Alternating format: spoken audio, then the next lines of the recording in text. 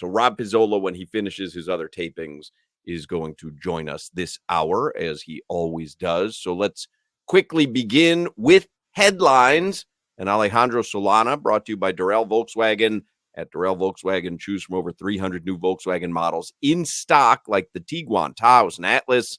And remember, when it comes to Volkswagen, the great deals are at Durrell Volkswagen. This from Dolphins practice today. So Tua was out there to a practice for the first time.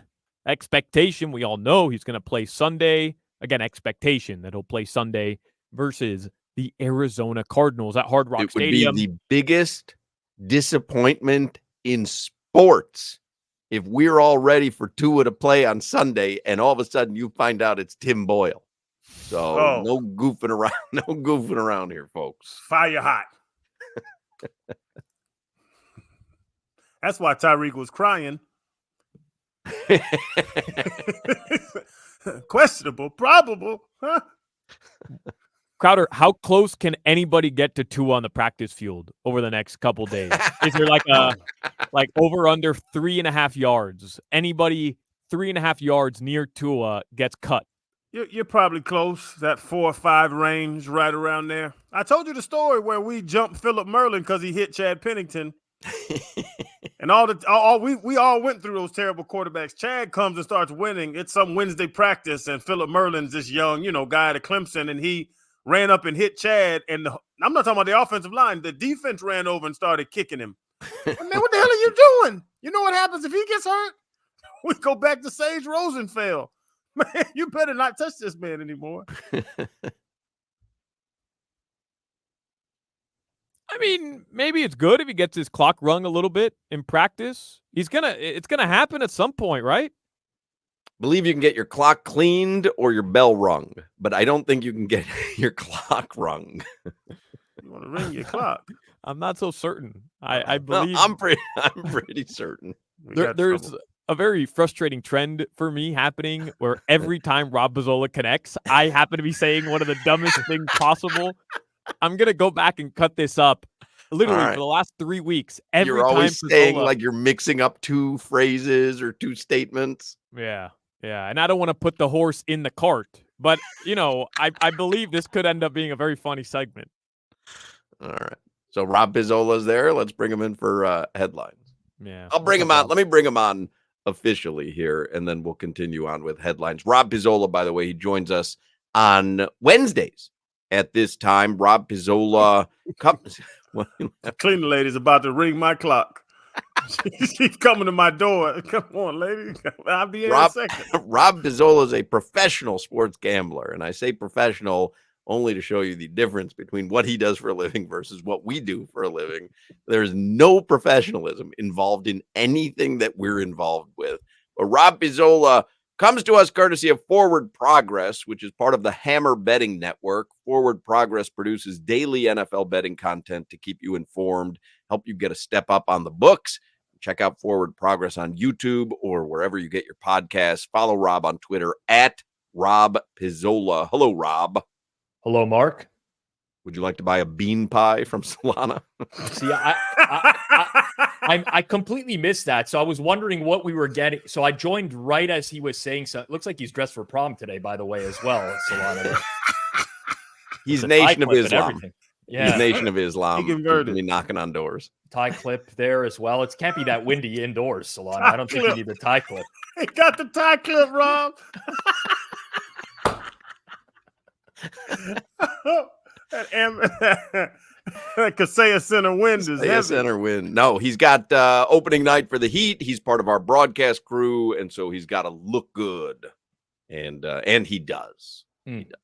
Yeah, no, I didn't really. I did mean to roast him. I know what I was saying when I said it, but I didn't. Came across as more hurtful. I think. I'm sorry, Solana. I do appreciate you, man. All right, finish up the headline so I can ask Rob some questions. The Miami Heat open their season tonight, Rob, in case you didn't know. 7:30 p.m., they host the Orlando Magic. Our broadcast begins at 6:15.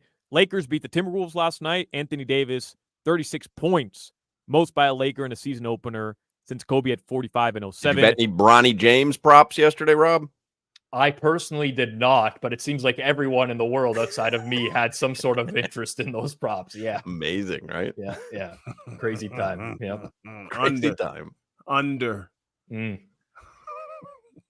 Celtics beat the Knicks yesterday. They blew them out. Panthers got smoked by the Wild 5-1, but Paul Maurice got a new contract. And Stop coaching. Got a new contract. Stop coaching. Fat and happy. Thanks, Paul. That's why Ira muted you. I got hammered live betting last night. I was at the game last night, Rob. So here's what I did. And we'll get more headlines from Solana, who's wearing an outfit that would make Hubie Brown proud. I had, before the game started, I bet Carter Verhaeghe, Anton Lundell, shots on goal parlay. Verhaeghe at 5. I don't think Lundell was like a minus 11 for the night. Yep. I mean, it was just terrible. He didn't do anything. But then they go down 1-0. Then they're down 2-0. I live bet them down 2-0 at plus 260. I mean, free money, Rob. Then they're down 5-1. I live bet them plus 3.5 goals at plus 160. Everything was a loser last night. Yeah, not surprising coming from you. First and foremost, if you had just played straight bets instead of the parlays on you would have just juiced out. It would have taken whatever. Probably why you should play 2 straight bets rather than the parlay. Yeah, that's one of the reasons. Also, you got to be very careful with these plus 3.5s, plus 2.5s in hockey games when you bet them live, because if your team does score to get it within 3 or 2, they also very likely pull the goalie very early. Oh, so at that point then, right, because at 5-1, they're not going to pull the goalie. They make it 5-2, maybe you pull them and see. Depends on the team. Each coach has their own preference. I actually don't know Paul Maurice off the top of my head what he would do in those situations, but sometimes you bet the plus 3.5, your team scores, you go down 3, and then they pull the goalie with like 9 minutes left in the game trying to score 3 goals, and you don't really have a chance. You got to be careful with those live ones. Not that you're going to listen to this information, Mark. I will not. I'm sure you'll just do the same thing at the next time. Already out of my head. Yes. Do you ever think about the goalie getting pulled? Have you ever thought about that? I do think about that, but not in the situation that he just, because in my mind, hey, all the Panthers need to do is score a goal, and I'm going to cover that bet, and I'm going to make up for the losing bets that I've got working already. So can they score a goal in the next 10 minutes? I think they can. But I was thinking also down 5-1, you're not going to pull the goalie under any circumstance. You're just happy if you could hit a button and just end the game. Paul Moore, any head coach, would just end the game at that point. But you're right. If you do cut it to 3, you probably are going to pull the goalie at that point. I had not thought of that. But as he says, all the, bet just the 2 bets, not that. Like, I'm already thinking about my points parlay tonight for the Heat. Yeah. See, what happened last year is Mark did cash one of these Florida Panthers, a couple of them, in the early going live bets when they went down a couple goals. Yeah. And he was sending me the images of like, hey, look, cashed another live bet. And that's the worst thing that can happen to someone like Mark, is to hit those bets in the early going, because he's now going to play them for the rest of his life. Rest of my life. It's done. It's done. You would want to see a losing bet or lose those in the first place so that they don't get the temptation to continue betting them going forwards.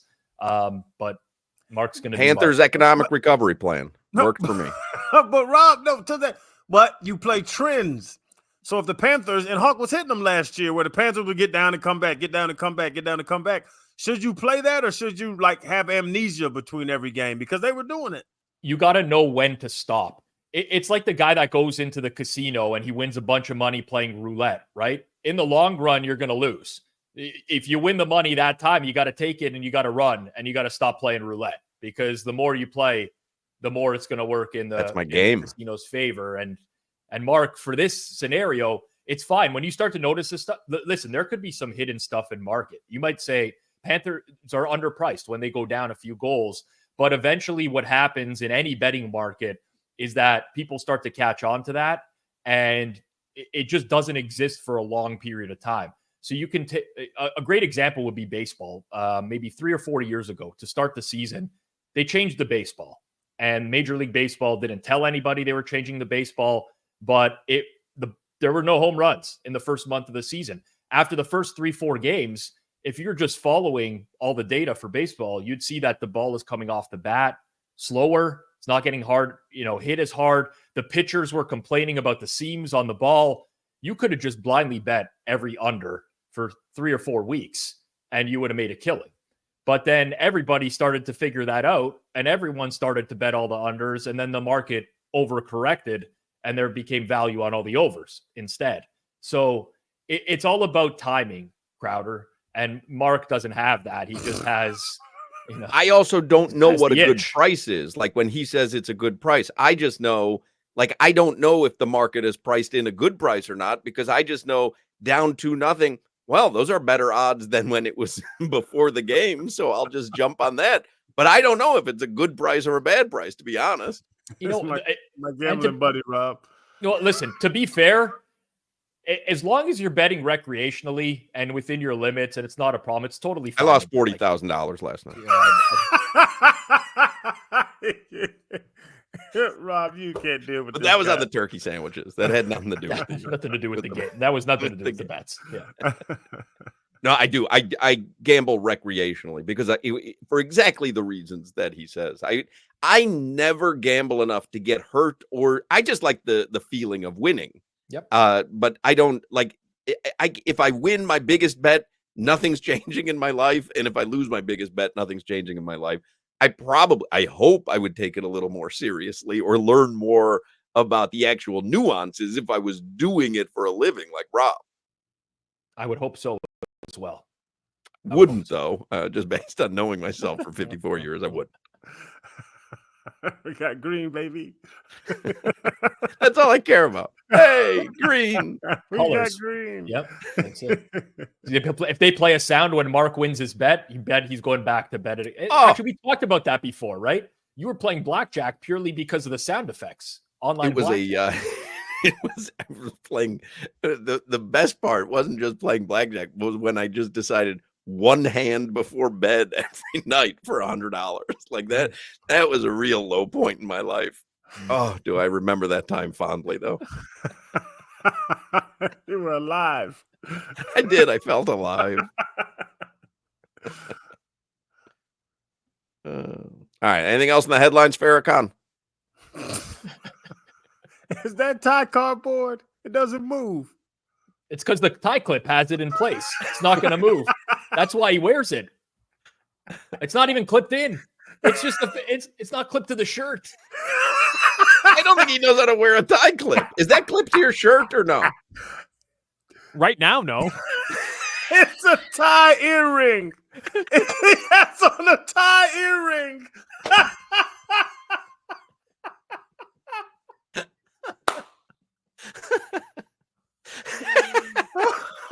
You are ridiculous. You have a lovely brooch.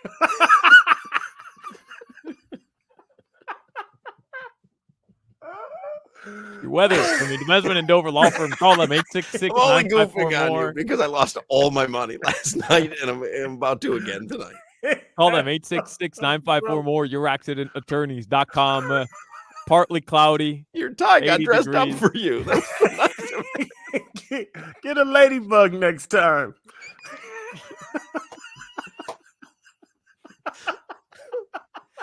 You know what, though? This does make more sense. Between the second and third button, Solana. Between the second and third button. A little No, bit higher up. Right. Actually, no, Rob, I Googled it this morning. Third and fourth button. Oh, actually. third and fourth. Okay. I go lower third. Yeah. Yeah, I don't know how they do it in Canada, to be fair. It's a little different by country. You're right. You're right, Solana. That's funny, man. I Googled it this morning. But you didn't Google how to put it on. You just Googled You thought it was just to place it between the third and fourth button? for style, I guess. Here's the problem. I bought a bunch of ties. This is a brand new tie. I bought a bunch of ties for the season, but they don't have like the little slot for the back part of the tie to go in. Ah. Right. And full disclosure, I'm not exactly great at tying a tie. So What? That's No, pretty I good. like the ones that have Yeah. the loop that you can insert it into. Yeah. right. So I had to get tie clips. So I did. I ordered 2 tie clips, and one of them is the one I'm wearing right now. But yeah, there's no instruction manual on these things. Sure. Go they're figure. difficult. Yeah, you could, if you don't have the clip, you can take the little piece behind and just stuff it into your shirt. That's like the pro move. But the clip has to be attached to the shirt, or else it Or defeats else the it's purpose. just an earring for the Yeah, tie, as Crowder so eloquently has pointed out. You paid shipping and handling for that? And we don't normally do college football with Pizzola because he's really focused on NFL, but has their big rivalry game, and is undefeated. They are a 21.5-point favorite over FSU on Saturday night. Yeah, so FSU's actually been bet a little bit today, down to 21, some spots 20.5 right now. I couldn't tell you why, in all honesty. I don't know if anyone's watched FSU play this year. They can't score. They just can't. They can't move the ball on anyone. There's just no offense to speak of. And normally, I don't want to lay big prices with Miami's played a lot of close games as well, as you guys would know. But it's one of those games, and all these games down the stretch are going to be so impactful for Miami because they want to make an impression. They want to win by margin as much as possible.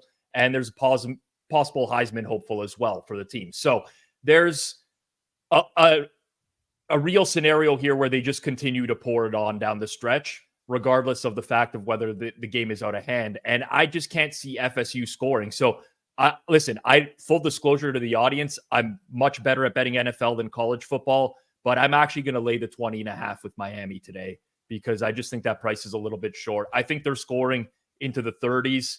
And if they do, I'm really not sure FSU can get to the mid-teens. What do you think about betting that up? We have this new bet that we've fallen in love with since you pointed it out to us. Like I bet Jacksonville Sunday morning -10. I think the line was 3 because you had suggested, hey, sometimes if you think a team is just like, what do you think about betting that Miami line up to -30 or so? So these aren't the particular games where I like to do it. You could argue there's a little bit more variance in this game. I like to do it in games where there's like a big time unknown. So, for example, new quarterback is playing, where no one really knows what that quarterback is going to be. You could get a result that's skewed heavily in one direction or the other, like some sort of new piece of information that it's really hard for everyone in the market to price it. That's where I like to play the alternate lines, not in a situation like this where, we know what FSU and Miami are. It's pretty easy to set a spread here. It's unlikely that it's off by a lot. But I got you. I just don't get, FSU gets bet a lot in the market. I don't understand what people are seeing with this team. It's like betting the Cleveland Browns in the NFL every week and just, hoping that Deshaun Watson gets it to they can't score. They don't score on anyone. I don't know when that's going to suddenly change. How about the Dolphins? Let's move over to the Dolphins game then. They are 3. I think I just saw 3.5-point favorites over the Cardinals. That might be the quarterback change and the variance that you're talking about. Exactly. This is a game where I would look at playing Miami alternate lines. I gave out Miami on the show last week with you guys. I think we got incredibly unlucky. I think that was a great bet. Probably wins 80-90% of the time. You got 2 fumbles in the game, Mostert, Alec Ingold, plus the missed kick that hits the crossbar from 54 yards. It happens. And you can never really account for Tim Boyle. Well, there's no accounting you're for hoping that. It's not going to. Exactly. What are you going to do? Great 4th and 3 pass. Oh, I got to tell you, some of the 4th downs I've seen in the NFL this year where like the quarterback doesn't even get a pass off or they check it down short of the line of scrimmage, all this stuff. Yeah, Crowder's getting called by security now. Hey, Rob, I tried to Cleaning mute lady is myself. really upset. I'll tell you what, when he's in a hotel, all bets are off, man. He's got housekeeping, Uber Eats. Well, at least security. he didn't lock himself out this time, right? It could be worse. But with the Dolphins, I do like them this week. Now, I usually like to bet against quarterbacks in their first game back from injury. It's been a pretty successful angle going on a long time now. You tend to see an underperformance whenever a quarterback is out with injury and they come back. But I think this is such a monumental upgrade for the Dolphins getting Tua back. They can throw downfield again. Arizona doesn't get pressure on the quarterback. They have a very bad secondary that gives up a lot of big plays. And on the other side of things, they don't have any receivers that are getting separation. Like Marvin Harrison Jr., everyone thought he was going to be a stud coming out of college. He has the worst separation of any wide receiver in the league right now. They just don't have the playmakers. So I like Miami laying the 3.5. If you could get -3, -120, do that. But Mark, I agree with you. This is one of those games where you can go and take some -7.5, even some -14.5 numbers that are out there, because I think there's blowout potential here. No Tua rushing overs, though, right? I don't think we can do that. I don't think. I mean, listen, you guys would know better than I would. I would be floored if Tua has a rushing attempt in this game. I would be absolutely floored. Because I've been in love with rushing overs for quarterbacks as well. I'm parlaying. I parlayed. It was Casey and San Fran, I think, the night game. I parlayed Purdy and Mahomes over rushing overs. They both went over. Yeah. Monday night, I had Tampa, Baker Mayfield over 12.5 yards rushing. He had 10 for the entire game. The last play of the game, he just ran forward for 10 yards. I don't know why. I love quarterback rushing overs, but there probably won't be a prop for Tua, do you think? There will be, I think. I think it'll be juiced to the under because most people will want to bet the under thinking there won't be a rushing attempt. I don't foresee it happening. I don't think they want to put him in that position. But I do got to tell you, Mark, this is another really bad strategy that you're doing. And the reason why, Not shocking, is in all likelihood, a lot of games end with quarterback kneels. And, right. and I have negative not rushes. been victim of that yet. Right. So when you're parlaying the two quarterback rushing yards over, it's kind of counterintuitive. Same game, right? In the same game, because one of them is above 50% chance that it'll end in a kneel. That is a dumb bet. Hey, okay. Rob. You live and you learn. You live and you learn. Rob, because I want to ask you, because you do this professionally, you're moving, in the near future, you're very good at this. The years of us talking, I'm moving too, but much smaller place. I'm out of money. Rob's upsizing. You're downsizing. Rob, have you ever heard a good hawk strategy in years of talking with you? Good point. I'm thinking hard. Yeah. For the radio listeners who can't see me. I don't think he's ever come to me with something where like it made a light bulb go off in my head of like, wow, how come I never thought of that before? I can't argue that. Yeah. Not sports betting. I mean, I'm sure if somebody checked the tape over time, there might be something that you've said where I'm like, you know what? That's interesting, but I don't think I've ever learned anything sports betting related from Hawk. No. Well, I'll keep swinging for the fences. Yeah. I do feel like he does try to come to me with a lot of strategies, though. I noticed this. There's got to be something that you, a professional, hasn't thought of yet that I stumble into. Admittedly, now when I hear you explain why the double quarterback rushing overs in the same game is a dumb bet, when you explain it that way, that does make sense. Yeah. Yeah, you don't want to parlay those together because there's negative correlation. Yeah. My book cashed the ticket before the game was over. Like popped it up green and the money was in the account. Yeah. Do you think they would reverse that if someone did kneel at the end and then go under? So I don't want to hit you with some hard facts here, but I will. Normally when books do that and they grade it before the game ends, it's because they actually want to give you the money so you can bet it on something else. So it's more of a sign of who you are as a bettor that they graded it early. It's very rare that they grade my bets early. In fact, they almost never do. Yeah. Because when we did the show at the arena, the Panthers arena, I walk in and there's a little push notification from the Hard Rock app. It goes, hey, you're at the Amerant Bank Arena. Would you like to bet this, 30% profit boost? And then I said, well, isn't that cool? And then I think Crowder Solana pointed out, Hard Rock app just has eyes on me at all time because I'm one of their best customers. So I go, now I notice it. Hey, you're taking a dump. Would you like 30% profit boost on this Nerfy? Well, sure. And, wherever I am, but 24 hours a day, they've got eyes on me somewhere. There's someone watching me because I'm a good revenue stream. Was it Hard Rock that paid your bet out early? It was. It would be very rare for them to reverse that. They can, but I think I mean, listen, new market for them. I think they're trying to get you your money back as quickly as possible so you could put it in play on something else. That's to be fair though, Rob, that game specifically was week 1. I think the over/under was set at 3.5 or 2.5. Hockey. No, that was this weekend. Oh, it was? Because the same thing happened to me week 1, where we all bet 2 overs rushing, and it was like 3 or 4.5. Very low. No, but it was margin. just last week. It was the KC San Francisco game where I had Purdy and Mahomes, and they cashed it out. Yeah, they did cash it out for me in the second quarter, but Tua had, by the end of the first half, I think he had like 18 or 19 rush yards. It would be very, very odd. Well, I imagine there's an algorithm as to how far an over would have to go over, because even a running back, you can hit the over, but then they can lose yards too. So I would imagine that there has to be some sort of point of no return. I mean, I used to consult for sports books before. I'll say the most likely scenario here is it's actually just a bug. Like Hard Rock's fairly new to market. They're not operational in every state. Most likely, they just have something in their system that says as soon as this gets triggered, as soon as it exceeds this, pay it out. That it's a good customer service thing too. People see the money in their account right away; they're happy.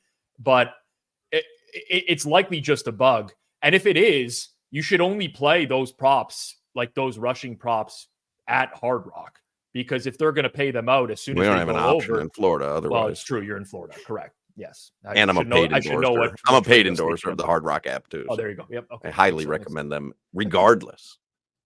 Maybe they just treat me like a VIP because I've got. Yeah.